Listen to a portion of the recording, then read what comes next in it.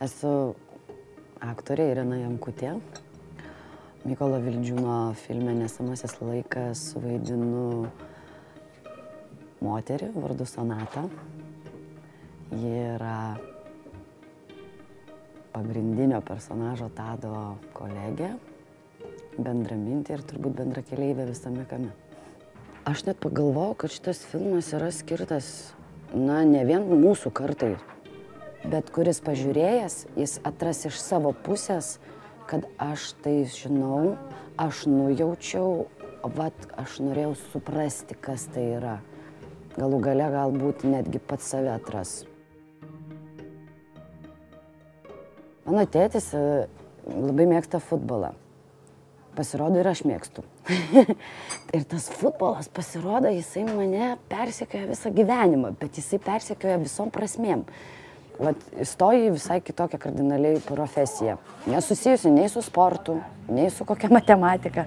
Aktorinis, aktorė. Baigi mokslus, iš tikrųjų, ir tada formuoji savo komandą, teatrinę, bet mes turim savo trupę. Ir tu patampi savotiškai tos trupės vadu ir tu pradedi suprasti tą taktiką.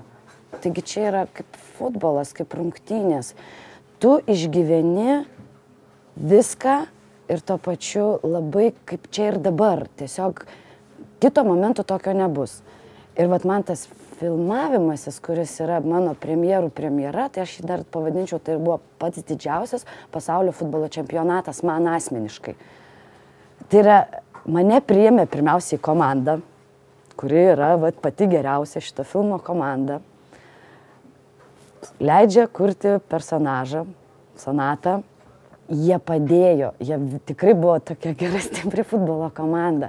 Vis tiek tas vidinis jausmas, visa ta eiga, visa ta kūrybinis dalykas, kuris, jisai visiškai veda tave, arba tu laimėsi šitą čempionatą, arba ne. Ir filmas tai yra, sakykime, įvartis jisai yra, kurio tu lygiai taip pat kaip futbole sieki ilgai. Tai yra ilgas atstumas, ilga distancija, reikalaujanti ištvermės, pakantumo, meilės vienas kitam.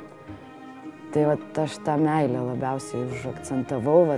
Galbūt tai yra pirminė meilė, tų naujokų meilė.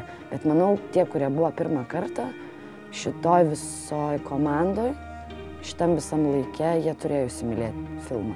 Tai yra gražu. Jautru. Aš laukiu tos premjeros, kaip to rezultato finalo rungtynės bus ir mes galų gale laimėsim tą įvartį.